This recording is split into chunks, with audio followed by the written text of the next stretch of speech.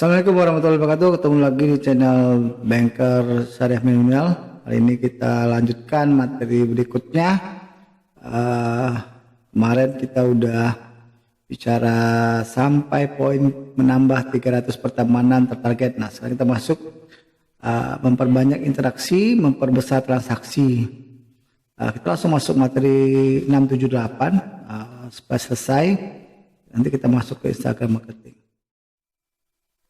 Baik, memperbanyak interaksi, memperbesar transaksi. Kenapa kita perlu?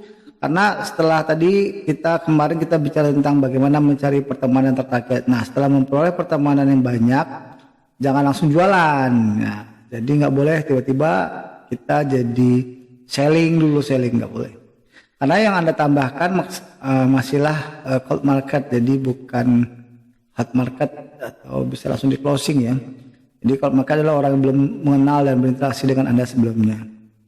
Jualan pada cold market sangatlah tidak efektif, ibaratnya baru saja ketemu tapi sudah langsung saja nikah gitu kan. Kalau ketemu aja nikah ya bakalan banyak ditolaknya. Kecuali kalau kamu tuh tajir banget, kaya banget, baru mau gitu. Tapi kalau misalnya produkmu nggak diketahui, kamu tuh siapa nggak dikenal, segala macamnya biasa-biasa aja, maka itu akan susah untuk kita langsung melakukan penjualan. Oke. Nah, itu tahap berikutnya yang harus dilakukan adalah tahap PDKT dengan cara memperbanyak interaksi tadi. Nah, bagaimana cara kita memberikan interaksi? Nah, di Facebook itu kan ketika kita ada orang posting, itu kan kita bisa banyak kita lakukan. Salah satunya ada berikan love. Jadi sekarang tidak hanya like, kebanyakan kita beri like ya. Yang Anda bisa berikan status teman-teman Anda di Facebook, melainkan ada reaction lain yang berupa love, ketawa, sad, marah, segala macamnya. Nah, daripada memberikan like yang sudah terlalu mainstream, Anda bisa memberikan reaction yang lain agar akun Anda bisa lebih dilihat oleh target konsumen Anda. Lakukan ini secara rutin agar akun Anda semakin terlihat, otomatis semakin dikenal. Jadi itu ya. Terus sebut namanya. Anda bisa juga memberikan komentar pada setiap postingan dari kawan Anda yang muncul. Karena mungkin banyak yang mengomentari statusnya, Anda bisa menandai namanya di setiap komentar Anda. Hal ini akan memberikan notifikasi khusus bagi sang pemilik postingan sehingga komentar Anda akan lebih terbaca daripada komentar yang lain. Terus jawab komentarnya ya. Jika sebelumnya Anda melakukan interaksi status orang lain, sekarang kita akan membahas interaksi di postingan kita sendiri. Setiap ada yang mengomentari postingan kita, silahkan berikan like pada komentarnya. Jadi jangan berikan like. Jika komentarnya tidak membutuhkan respon cepat, silahkan tunggu beberapa jam terlebih dahulu. Setelah sekitar 3 jam, Anda bisa reply dengan menandai namanya agar muncul di notifikasi mereka. Karena kenapa harus menunggu? Agar postingan Anda kembali muncul di atas timeline mereka yang sebelumnya sudah tergeser oleh postingan lain. Oke, baik ya tipsnya. Oke, lakukan dengan rutin hal-hal tersebut, maka teman-teman Facebook akan berubah dari cold market menjadi warm market. Setelah menjadi warm market, maka akan semakin mudah bagi Anda untuk melakukan promosi produk di tahap berikutnya. Jadi yang kita lakukan ini juga gini ya, karena kita punya anggaplah kita punya 5.000 pertemanan ya. Tapi ketika kita posting sesuatu tanpa kita pernah melakukan kontak sama teman-teman kita, maka postingan kita bukan otomatis dibaca oleh 5.000 pertemanan kita. Kenapa nggak dibaca ya? Karena memang Facebook akan membaca orang-orang yang benar-benar Anda kenal dengan apa? Dengan melakukan kontak-kontak seperti ini ya. Kontak-kontak tadi beri like, beri love, melakukan komentar segala macamnya. Nah, jadi ketika kita sudah melakukan itu dan kita juga menjawab setiap komentar mereka di postingan kita, maka ketika kita memposting sesuatu akan masuk orang-orang yang sering kita lakukan kontak sama mereka. Oke. Nah, ini 5 contoh status yang menghasilkan. Kendala utama yang terjadi saat melakukan Facebook marketing adalah membuat status yang menarik. Seringkali kita merasa stuck ya, atau bingung ingin status apa lagi ya, karena kebingungan ya. Nah, berikut adalah contoh-contoh ya 5 status yang menghasilkan. Pertama adalah status motivasi ya. Kita bisa mengutip kata-kata inspirasi dari tokoh terkenal yang memotivasi untuk dijadikan status. Bisa kita tambahkan kalimat yang kita buat sendiri untuk mengomentari kutipan kata-kata tersebut. Atau kita bisa mencari di internet yang sudah berbentuk gambar. Oke, status jenis biasanya tingkat share-nya sangat tinggi ya. Jadi status motivasi ini banyak yang lihat ya. Banyak yang lihat, banyak yang like gitu ya. Jadi selain Anda memberikan kalimat inspiratif bagi kawan-kawan di Facebook, secara tidak langsung mereka pun mempromokan akun Anda. Terus ada status lucu ya, jokes, meme lucu, atau anekdot juga tergolong status yang tinggi peluang share-nya. Namun pastikan sebelumnya jangan memposting jokes-jokes yang bermuatan isu sara, politik, pornografi, dan hal-hal yang yang negatif ya. Nanti Anda malah terciduk ya. Banyak kok jokes yang lucu dan bermuatan netral, bahkan bermuatan moral. Yuk, jadikan status kita jadi pelipur lara kawan-kawan Facebook Anda yang mungkin saat itu tengah bersedih. Jangan posting jualan dulu ya. Bahkan Anda akan ditinggalkan dengan posting jual-jualan dulu. Seperti itu ya. Nah, status tips-tips juga menarik nih ya. Sebagai sarana membentuk personal branding, Anda juga bisa memberikan tips-tips yang berkaitan dengan produk atau brand Anda ya. Misalnya Anda memasarkan herbal, bisa sharing tips-tips kesehatan. Anda menjual produk kecantikan, bisa sharing tips merawat wajah dan lain-lain. Selain memberi manfaat, Anda juga dapat membangun personal branding di mata pelanggan. Ini menarik nih kalau status tips ini. Status giveaway juga. Ingin produk Anda viral di Facebook dengan budget minim? Mudah saja, silahkan sediakan 1 atau 2 produk untuk promo giveaway. Siapkan foto produknya, lalu sertakan dengan postingan syarat mengikuti promo giveaway tersebut. Anda bisa like status, komen, atau tag teman-teman, atau share ke akun Facebook mereka masing-masing. Oke, dengan begitu akan membuat produk Anda dikenal orang banyak, termasuk akun Anda akan tersebar kemana-mana. Modalnya hanya 1 atau 2 produk milik Anda saja. Oh ya, giveaway ini artinya memberikan produk secara gratis ya, dengan syarat-syarat tertentu yang biasanya cukup mudah tadi. Nah, terus terakhir adalah status kegiatan sehari-hari. Anda juga bisa memposting tentang kegiatan sehari-hari, mungkin saat berkumpul dengan keluarga, saat produksi barang, packing, atau pengiriman, perjalanan ke tempat tertentu, saat menjalani hobi dan lain-lain. Tentunya kegiatan yang bukan melanggar privasi Anda ya. Cukup hal-hal yang umum aja ya. Nah, hal ini akan menunjukkan bahwa akun Anda dioperasikan oleh manusia ya, bukan oleh mesin atau admin. Jadi benar-benar real bahwa akun ini benar-benar Anda yang melakukannya. Jadi aktivitas kita orang perlu tahu juga nih siapa nih penjualnya gitu ya.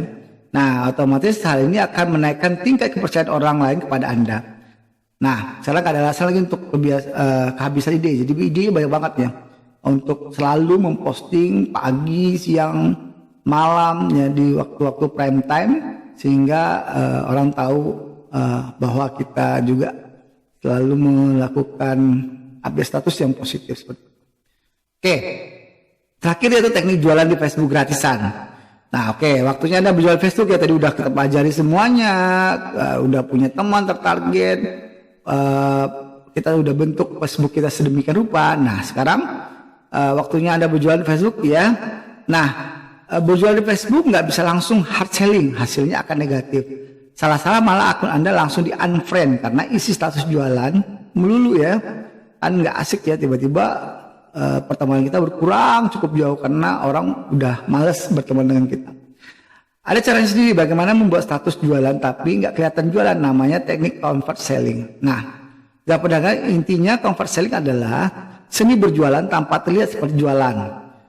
Beberapa ini contohnya saya tunjukin ya. Oke. Ada beberapa. Yang pertama adalah storytelling.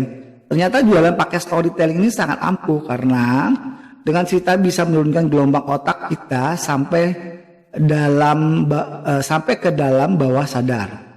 Nah, buktinya pernah nggak kita baca cerita sampai nggak ngeh kalau dipanggil sama orang tua, atau ketika Anda yang cerita sedih, kita jadi ikutan sedih ya. Nah, kalau dipakai buat jualan, habis baca cerita ini tanpa sadar dia borong barang kita. Oke, contoh, ini contohnya. Saya selalu ingat momen-momen bahagia saat Idul Fitri, terutama saat setiap keluarga beramai-ramai berjalan menuju tanah lapang untuk sholat Idul Fitri. Banyak anak-anak juga yang turut serta bersama kedua orang tua mereka. Mereka terlihat sangat ceria, terlebih dengan pakaian-pakaian baru yang mereka kenakan. Tiba-tiba terbesit di pikiran saya mengenai pakaian yang mereka kenakan. Banyak anak-anak yang bangga menggunakan kaos-kaos kartun dari luar dan rata-rata juga produksi brand luar negeri. Rasanya kan lebih pas ketika momen seperti ini. Mereka mengenakan kaos-kaos yang bernafaskan Islami, apalagi sudah banyak brand-brand lokal yang produksinya. Alhamdulillah, istri saya berpikir hal yang sama dan mulai menjual produk kaos anak. Misalnya mereka apa? Paramount. Selain bajunya berwarna ceria dan disertai gambar lucu, beberapa juga memiliki kalimat yang Islami seperti aku rajin sholat atau aku anak soleh. Banyak sekali anak-anak yang merasa senang mengenakan baju tersebut karena gambarnya yang menarik dan bahannya yang nggak bikin ngeh. Para orang tua pun tidak bangga melihat anak-anak. Nah, lebih penting dari itu semua, semoga anak-anak kita bangga ya akal kita sebagai Muslim. Setuju nggak ya? Nah, ketika kita melakukan storytelling tadi, kita nggak jualan, tapi ketika kita menceritakan hal itu, orang akan terbawa sama cerita kita dan akan bertanya, bajunya belinya di mana? Nah, mulai komennya seperti itu. Bajunya sampai tapi selain storytelling itu kita tampilkan juga bajunya segala macamnya sehingga orang terbawa suasana dan pengen tahu bajunya beli di mana sih, anak saya pengen juga nih seperti ini kayak gitu. Baru kita nanti jawab komentar mereka atau dengan survei produk ya. Nah, jadi ini sangat sederhana saja, ini mengajukan konsumen dengan objek visual. Caranya dengan mempersiapkan 2 gambar terbaik sang produk yang diupload di Facebook. Setelah itu kita bubi pertanyaan seperti ini. Bantu survei ya, Mak, kira-kira dari gambar kerudung di bawah ini lebih bagus mana? Yang A, marun atau yang B, hijau toska gitu. Tanpa ada kalimat jualan nih, biasanya ada yang bertanya untuk memesan. Setidaknya kita sudah melakukan brand awareness. Jika ada yang tanya, bisa kita arahkan ke inbox atau WhatsApp agar lebih intens. Oke, ini teknik harga inbox ini banyak banget yang kadang-kadang komplain dengan ini. Padahal ini sebenarnya sebuah teknik ya. Teknik sebelumnya sempat viral nih. Kenapa sih perlu inbox segala untuk harga, gak langsung dicantumkan saja? Nah, inilah jawabannya, karena penasaran adalah pemasaran gitu. Kenapa harus inbox? Karena kita harus membuat penasaran gitu. Karena tanpa ada penasaran orang nggak bakalan interaksi sama kita. Karena mereka udah tahu gitu. Kalau misalnya kita cantumkan harga di sana atau balas langsung di komentar, maka kalau ketika orang udah tahu harganya, udah tahu oh ini segini harganya, oh ini ya ini segala macamnya, udah kita jawab semua di sana, maka tidak akan terjadi interaksi gitu loh. Orang nggak akan bertanya lagi, bahkan tidak ada komen lagi, tidak ada komentar lagi. Maka kenapa harus inbox? Nah, dengan kita hanya menuliskan detail manfaat produk di status tanpa menyertai harga, orang-orang akan bergerak untuk bertanya. Gitu. Saat mereka bertanya, Anda bisa punya kesempatan untuk memberikan edukasi lebih lanjut tentang produk Anda atau menawarkan produk tersebut agar mereka beli gitu. Kalau langsung sudah ada harganya, orang tidak akan bergerak bertanya, apalagi jika harganya relatif mahal. Biasanya orang akan langsung keberatan, padahal dia belum tahu manfaat lebih lengkap. Nah, ketika inbox tersebutlah kita bisa melakukan edukasi terhadap produk kita, berinteraksi dengan customer kita, menawarkan lebih detail lagi, menjelaskan kepada mereka pada saat di inbox seperti itu. Ya, baik, udah cukup ya untuk belajar selesai tentang Facebook marketing. Lakukan, yang penting lakukan ya. Intinya adalah sering-sering melakukannya. Jangan malu karena gini ya, karena gimana cara mulainya atau bingung segala macam, gitu udah ajarin semua gitu. Atau bahkan ada yang malu untuk melakukannya karena nggak biasa jualan seperti itu. Padahal ini hanya melakukan saja, dan jualan di Facebook itu ada ilmunya gitu. Nah, ilmunya tadi yang sudah saya berikan dari part 1 sampai selesai ini itu dijalani satu persatu. insya Allah bermanfaat dan terjadi penjualan yang bagus. Terima kasih, mungkin itu aja sharing dari saya. Berikutnya kita akan masuk Instagram marketing dan banyak lagi materi berikutnya. Insya Allah cukup bermanfaat. Makasih. Assalamualaikum warahmatullahi wabarakatuh.